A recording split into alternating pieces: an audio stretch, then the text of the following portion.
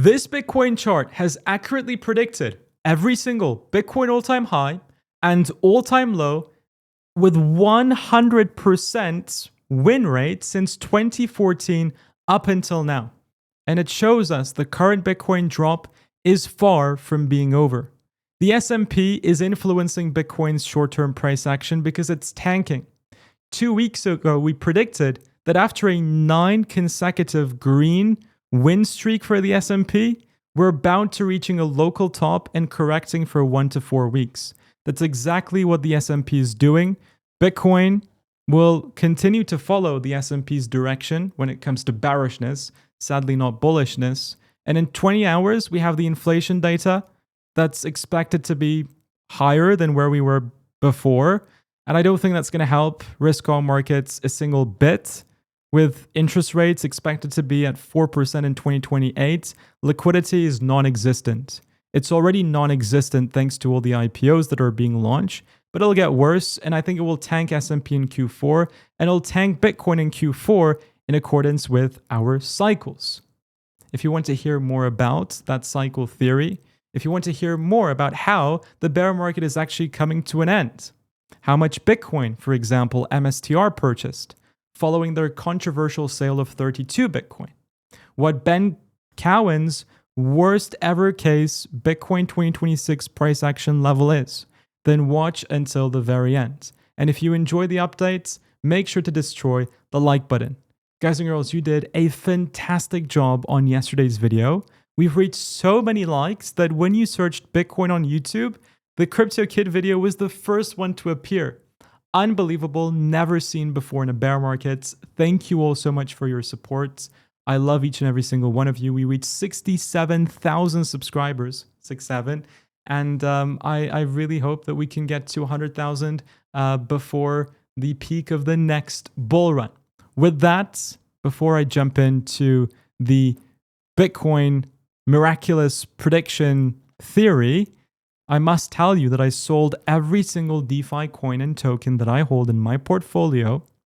And I have sold, well, I've removed every single crypto that I have locked in decentralized financial platforms. For a period of 48 hours, I'm going to keep it in that way and reflect after the upgrade on Claude. Claude is seeing a new model launch. This model apparently had the ability of being misused in cybersecurity hacks, or, wait for it, the construction of bioweapons. Anthropic sat down and thought that this could be too dangerous for the public, so they're launching a nurtured version of it. But I've learned my lesson from Zcash. With a new Claude model in May, vulnerabilities were found in Zcash that enabled potential exploiters to print unlimited amounts of the coin without anyone knowing how much was printed.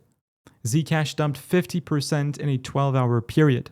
So as a precaution, I'm out of DeFi, and I'm going to stay out of DeFi depending on the updates, which I will share with you as the days pass. Back to the miraculous chart. In every cycle, it takes 1,064 days to reach from the lowest point to the highest point, and it's repeated for 3 cycles in a row.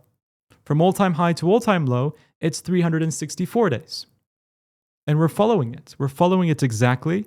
The Japanese price candlesticks of Bitcoin is the same as 2022, and it's very similar to 2018.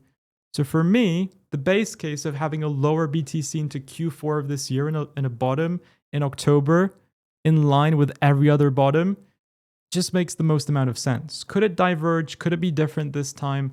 There's always a chance. But I used this model last year to predict the Q4 top. I resurfaced it in December when everybody was denying the 4-year cycles. And we played along. And I think we will play along until proven otherwise, which as traders we can be pragmatic about. When the 200 daily moving average is broken to the upsides, it will signal a break of the bear market and an entry into the bull market. Whenever that happens, or whatever price it happens, I will start longing Bitcoin. But I'm not doing that. I'm keeping my spot accumulation strategy because we're playing with the 4-year cycles. We're not going to get an all-time high probably for another 670 odd days. But up until then, it will be great opportunities to accumulate.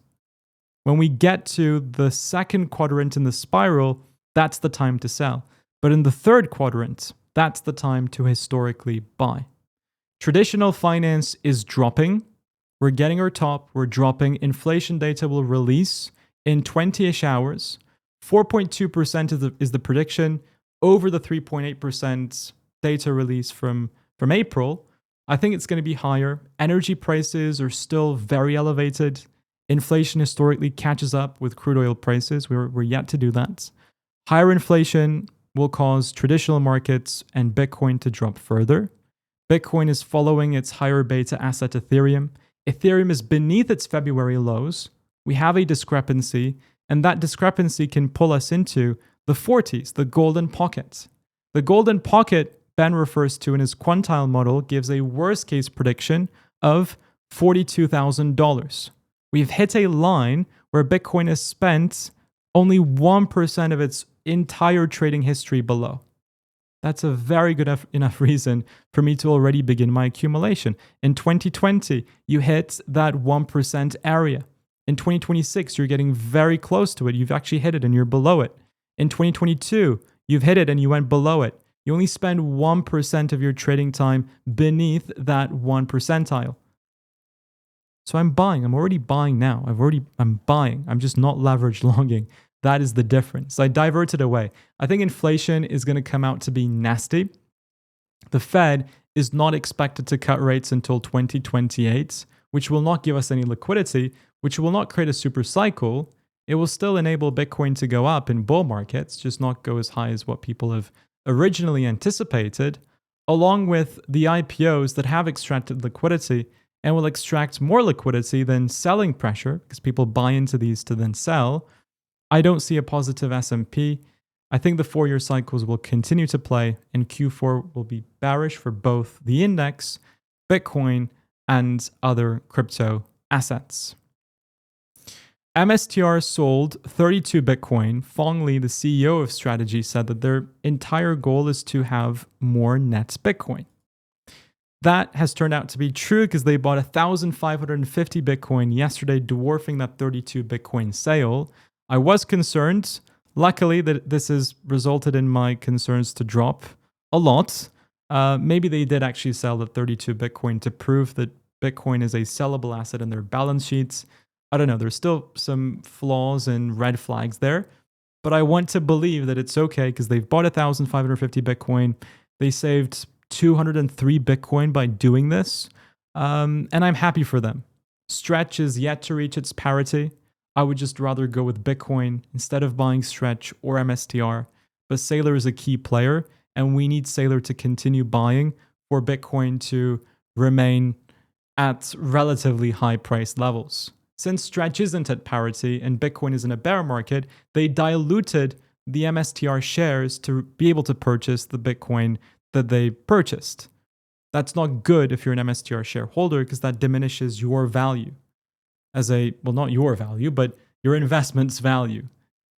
Hence, I just prefer Bitcoin over buying these traditional financial tools.